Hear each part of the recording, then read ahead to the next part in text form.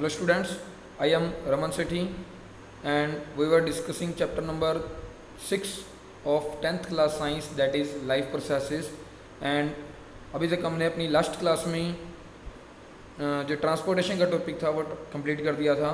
अब हमारा next topic है और लास्ट टॉपिक है इस चैप्टर का। जो इस चैप्टर में हमने टोटल 4 लाइफ प्रोसेसेस पढ़नी थी। फर्स्ट वन इज़ न्यूट्रिशन, वो हमने कंप्लीट कर दी है। देन रेस्पिरेशन, वो भी हमारी कंप्लीट हो गई।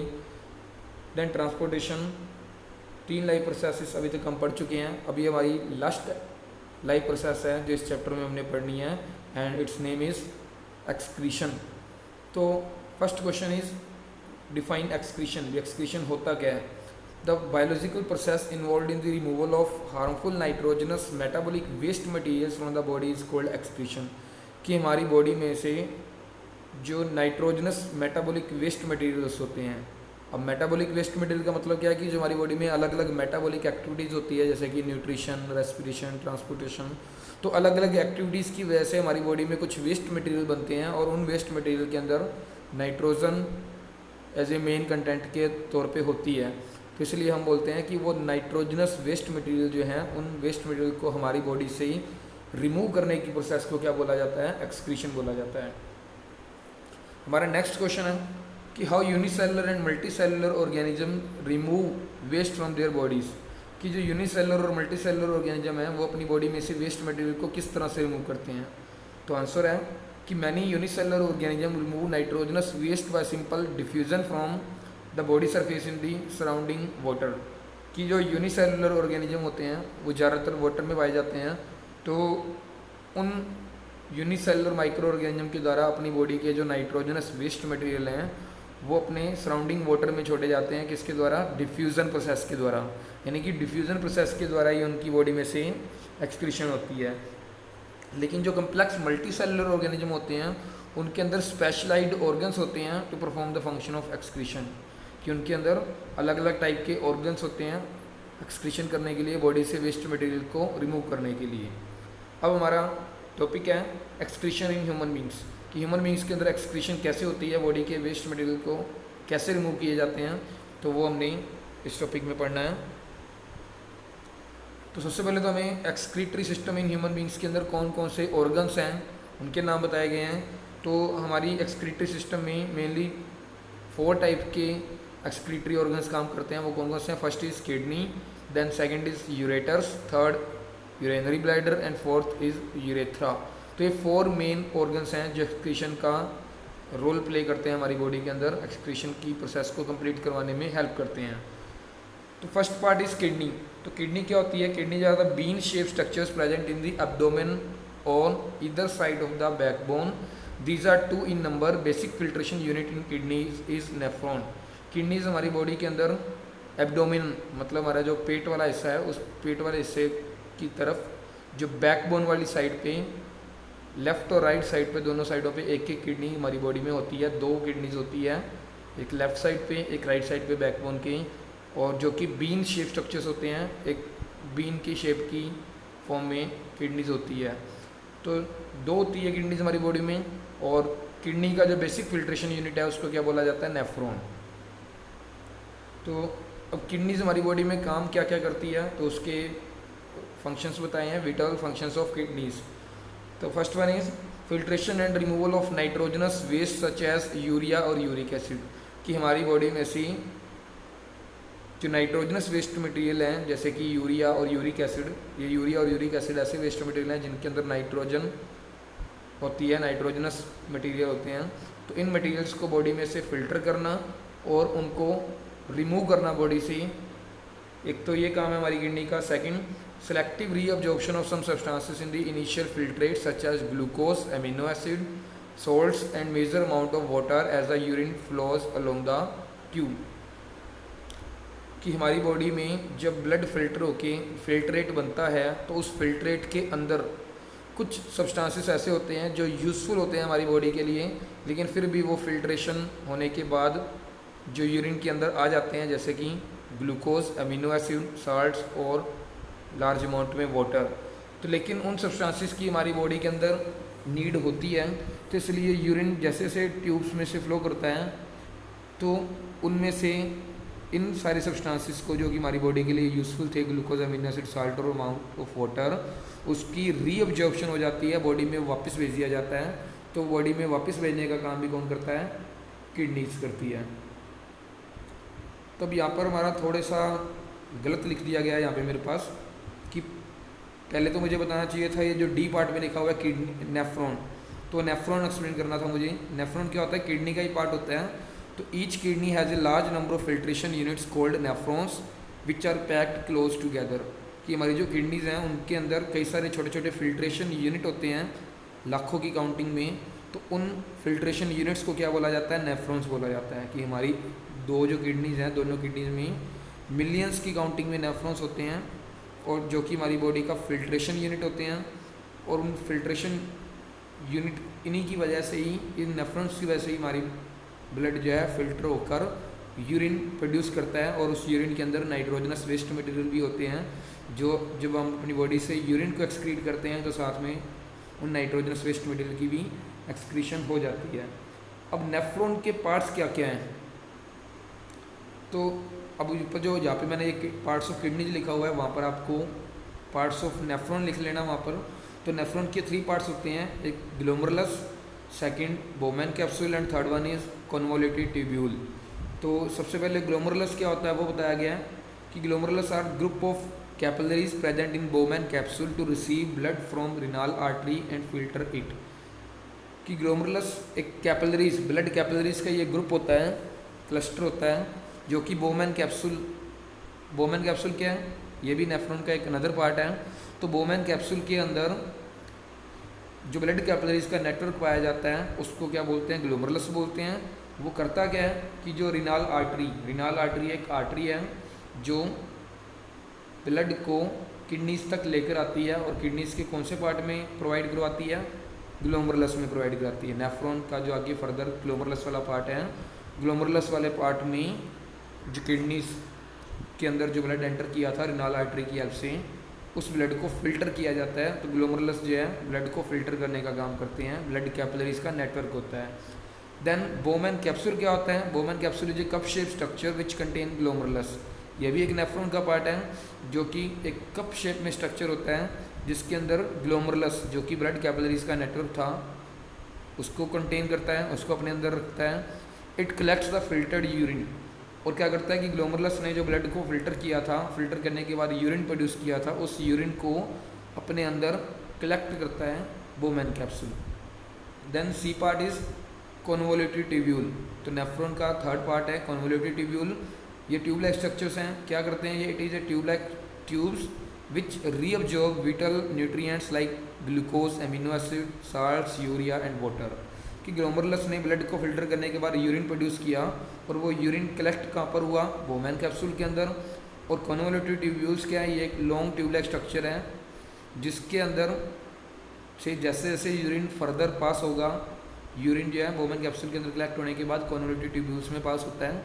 तो उस यूरिन के अंदर कुछ ऐसे मटेरियल भी होते हैं जो हमारी बॉडी के अंदर वापस ज़रूरत होती है जिनकी, लेकिन ब्लड की फिल्ट्रेशन होने की वजह से वो भी फिल्टर होकर यूरिन के अंदर आ जाते हैं, जैसे कि glucose, amino acid, salt, urea and water.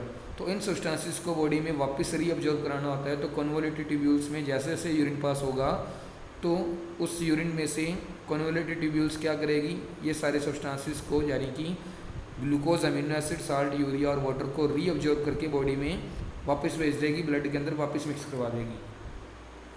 तो मैं इनका आपको डायग्राम दिखा देता हूँ, हमारे एक्सक्रीटरी सिस्टम का भी और नेफ्रॉन का भी। तो देखिए, ये सबसे पहले तो हमारे पास एक्सक्रीटरी सिस्टम का डायग्राम है।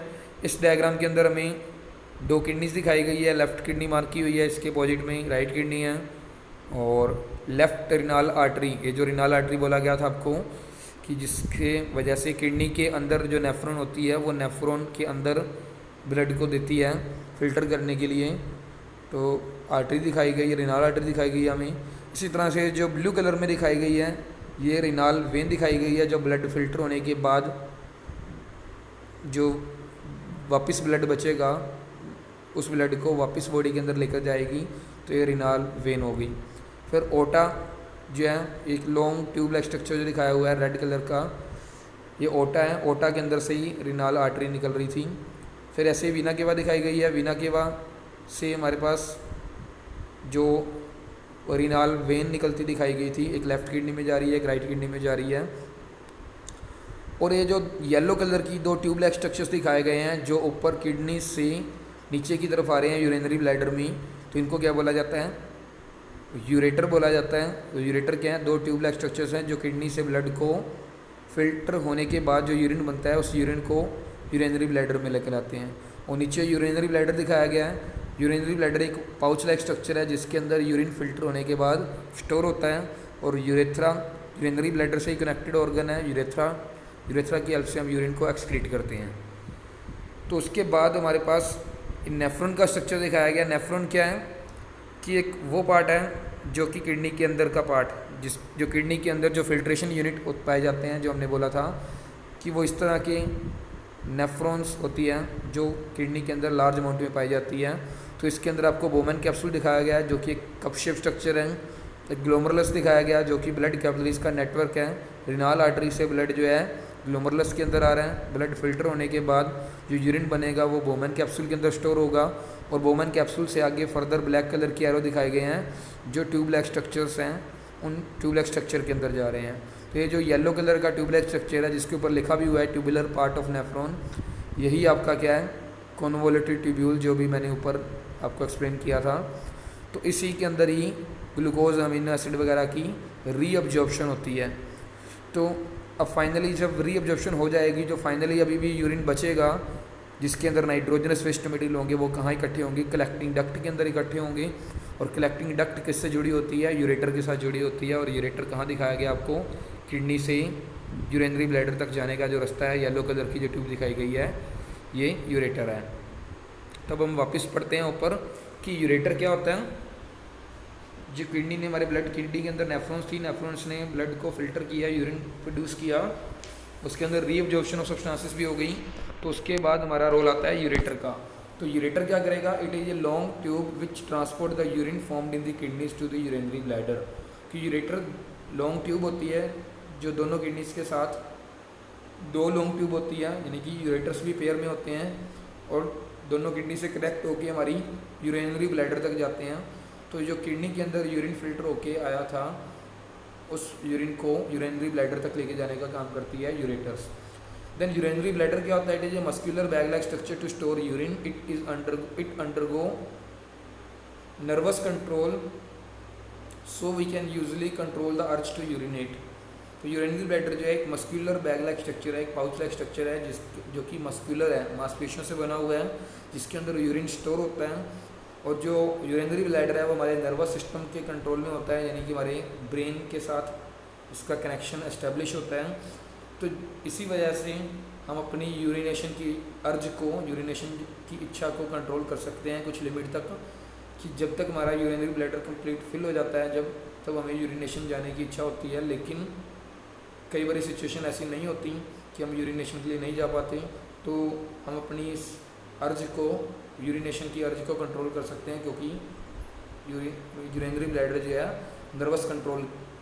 नर्वस सिस्टम के कंट्रोल में होता है। देन यूरेथ्रा क्या है? It helps in the removal of urine when the urinary bladder is full. कि जब हमारा यूरिनरी ब्लैडर फिल हो जाता है, कंप्लीटली फिल हो जाता है, तो यूरिनरी ब्लैडर की हेल्प से हम अपनी बॉडी से यूरिन को रिमूव करते हैं। तो अपने एक्सक्रीटरी सिस्टम का डायग्राम मैं आपको दिखा चुका हूँ, नेफ्रॉन का स्ट्रक्चर भी आपको डायग्राम में भी एक्सप्लेन कर चुका हूँ मैं।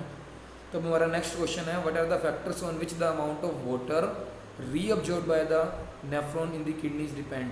किडनीज के अंदर जो वाटर रीअब्जॉर्ब होता है, कितने अमाउंट में वाटर रीअब्जॉर्ब होगा, वो किस किस बात पे डिपेंड करता है? तो दो फैक्टर्स पे डिपेंड करता है। The amount of water reabsorb depends upon, first point is how much excess water there is in the body, कि हमारी बॉडी में कितने अमाउंट में एक्सेस वाटर प्रेजेंट है। Then second, how much of dissolved waste there is to be excreted, कि हमारी body में waste material कितने प्रेजेंट हैं जिनको हमारी बॉडी से रिमूव करना है। तो जितना एक्सेस वाटर हमारी बॉडी में होगा उतना यूरिन ज़्यादा बनेगा और वाटर की रीअब्जॉर्प्शन कम होगी। और second point is dissolved waste material जो है, नाइट्रोजनस वेस्ट मटेरियल जो है हमारी बॉडी में कितने प्रेजेंट हैं। अगर हमारी बॉडी में वेस्ट मटेरियल ज़्यादा प्रेजेंट हैं तो यूरिन ज़्यादा एक्सक्रीट होगा और उस यूरिन के साथ साथ जो वाटर की रीअब्जॉर्प्शन होनी है वो कम होगी, और इसका उल्टा भी हो सकता है।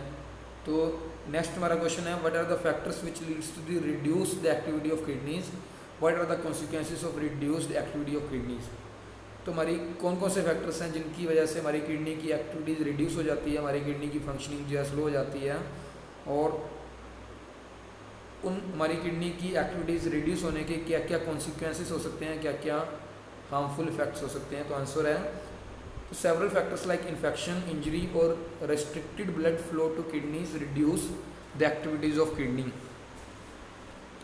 कि कुछ फैक्टर्स हैं हमारी बॉडी में, जैसे कि इन्फेक्शन हो जाना, कोई इंजरी हो जाना, चोट लग जाना, या फिर ब्लड फ्लो के अंदर रुकावट आ जाना किसी वजह से। तो ये सारी एक्टिविटीज़ जो हैं किडनी की फंक्शनिंग को स्लो करती है, तो which reduce the activity of kidney, जिनकी वजह से हमारी किडनी की एक्टिविटीज़ जो है रिड्यूस हो जाती है। तो this led to the accumulation of poisonous waste in the body which can even lead to the death. तो इन वेस्ट मटेरियल की वजह से, इसकी वजह से क्या होगा, जब किडनी की एक्टिविटी रिड्यूस हो जाएगी तो हमारी बॉडी में जो पॉइजनस वेस्ट मटेरियल हैं वो लार्ज अमाउंट में इकट्ठे होते रहेंगे, और उनके लार्ज अमाउंट में वेस्ट मटेरियल इकट्ठे होने की वजह से जो कि पॉइजनस फॉर्म में होते हैं, तो इसलिए हमारी डेथ भी हो सकती है। तो हमारा नेक्स्ट क्वेश्चन है, आर्टिफिशियल किडनीज क्या होती है और इसका प्रिंसिपल क्या है। आर्टिफिशियल किडनी को आप डायलिसिस मशीन भी बोल सकते हो, आपसे यह भी पूछा जा सकता है कि डायलिसिस मशीन क्या होती है और उसका प्रिंसिपल क्या है। तो आंसर है, in case of kidney failure an artificial kidney can be used. An artificial kidney is a device to remove nitrogenous waste products from the blood through the process of dialysis and the principle is dialysis. कि artificial kidney क्या होती है, कि जब हमारी दोनों kidneys fail हो जाती है तो उस केस में हमें आर्टिफिशियल किडनी यूज़ करनी पड़ती है, क्योंकि हमारी जब दोनों किडनीज फेल हो जाएगी या हो जाती है तो उसके बाद क्या होता है कि हमारी बॉडी में वेस्ट मटेरियल इकट्ठे होने शुरू हो जाते हैं, एक्यूमुलेट होने शुरू हो जाते हैं, तो जिनको हमारी बॉडी से रिमूव करना नेसेसरी होता है। तो अगर उन वेस्ट मटेरियल को हम बॉडी से नहीं निकालेंगे तो हमारी डेथ भी हो सकती है। तो इसलिए फिर आर्टिफिशियल किडनी का सहारा लेना पड़ता है हमें। तो आर्टिफिशियल किडनी क्या होती है, वो एक ऐसी डिवाइस है जो हमारी बॉडी से नाइट्रोजनस वेस्ट मटेरियल को ब्लड में से फिल्टर करके निकालती है, और जिस प्रोसेस से आर्टिफिशियल किडनी हमारी बॉडी के अंदर से, ब्लड के अंदर से जो वेस्ट मटेरियल को रिमूव करती है, उस प्रोसेस को क्या बोला जाता है, डायलिसिस। तो आर्टिफिशियल किडनी का प्रिंसिपल क्या होगा, डायलिसिस।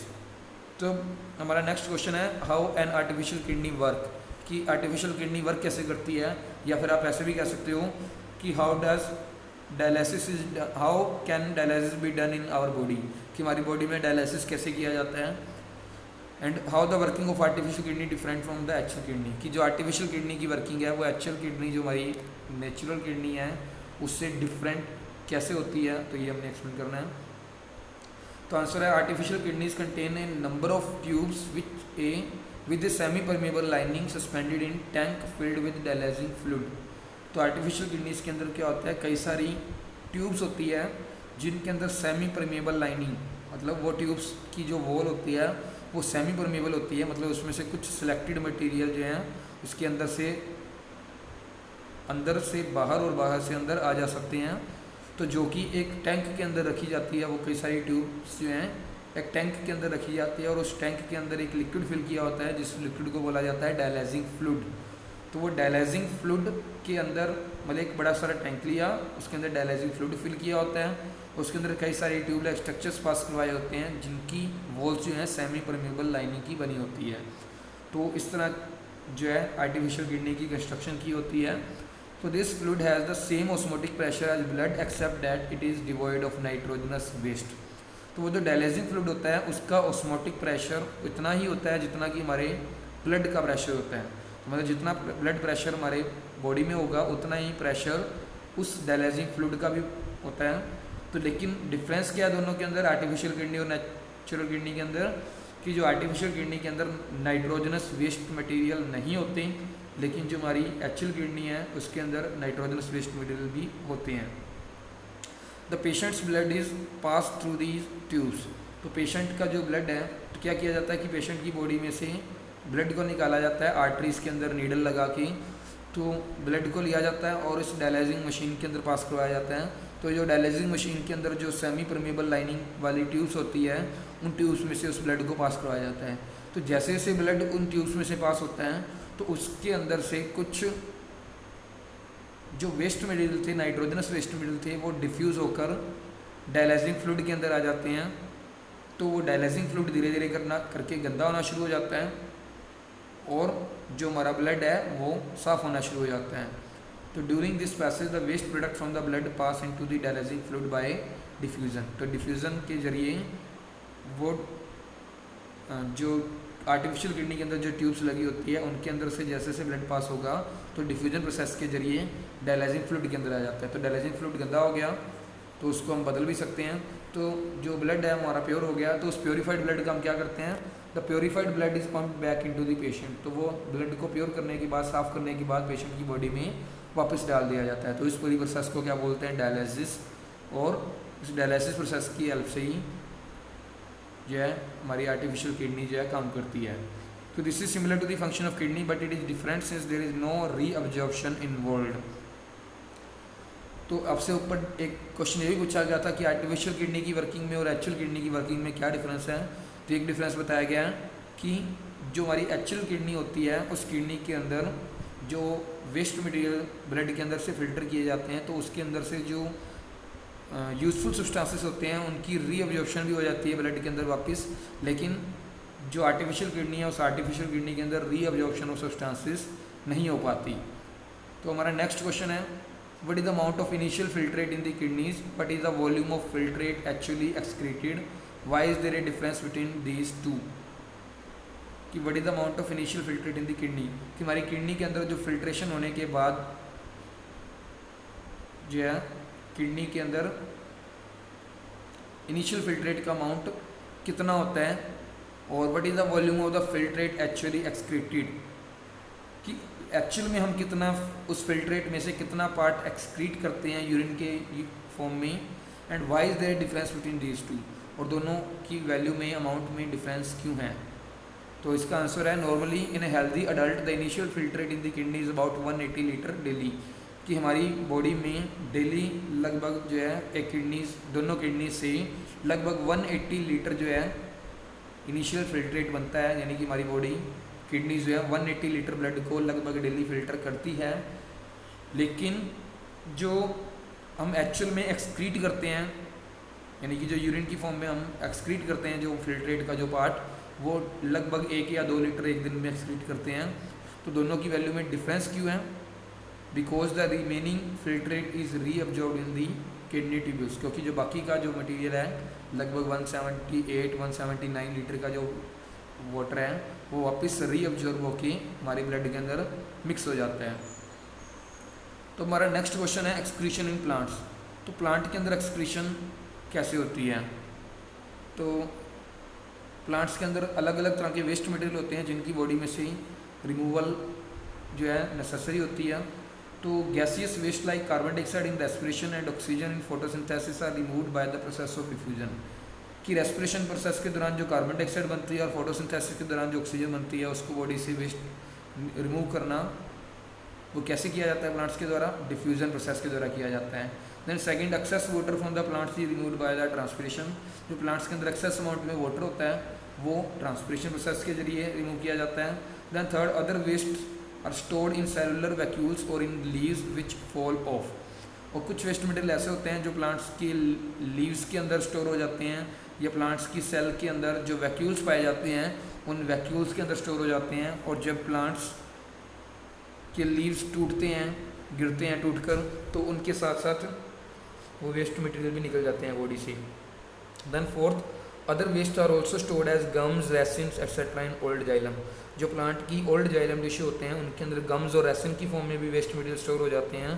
तो जब जाइलम डेड होता है तो उसके साथ साथ गम और रेसिन भी प्लांट की बॉडी से रिमूव हो जाते हैं।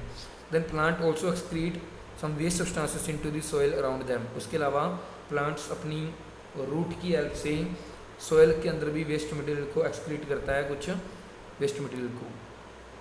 तो यहाँ पर हमारा एक्सक्रीशन का टॉपिक भी कंप्लीट हो गया है आज। तो एक्सक्रीशन इन ह्यूमन बींग्स भी हमने पढ़ लिया और एक्सक्रीशन इन प्लांट्स कैसे कैसे होती है तो वो भी हमने पढ़ लिया है। तो इसके साथ ही हमारा ये लाइफ प्रोसेस का जो कंप्लीट चैप्टर था वो चैप्टर भी कंप्लीट हो गया है। तो उम्मीद करता हूँ कि आप लोगों को ये चैप्टर अच्छी तरह समझ आया होगा। Thank you and have a nice day.